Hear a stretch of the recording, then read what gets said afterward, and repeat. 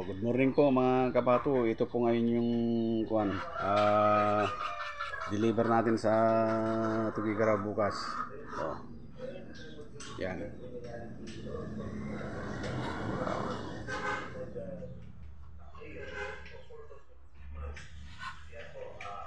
14 pieces po yan mga kapato. Nung last week po nag-deliver po tayo sa Kamalanyugan ng live, pero ito po ngayon ay meat po ngayon yung deliver natin. Makakatayin po natin ngayon, tapos bukas po ang deliver niya. 14 pieces.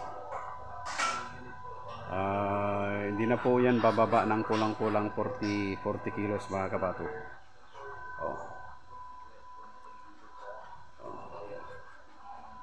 Tapos yung update po yung natin, yung ginger natin, yung luya natin ay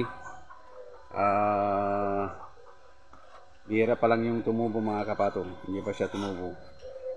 Ayun, may tubo na yung isa yan. Bihira pa lang yung tumubo mga kapato.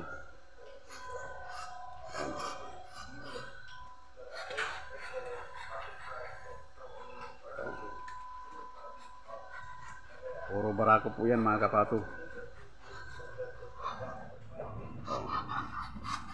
Barako po lahat yan. 14 pieces, hindi bababa ng kulang-kulang 40 kilos.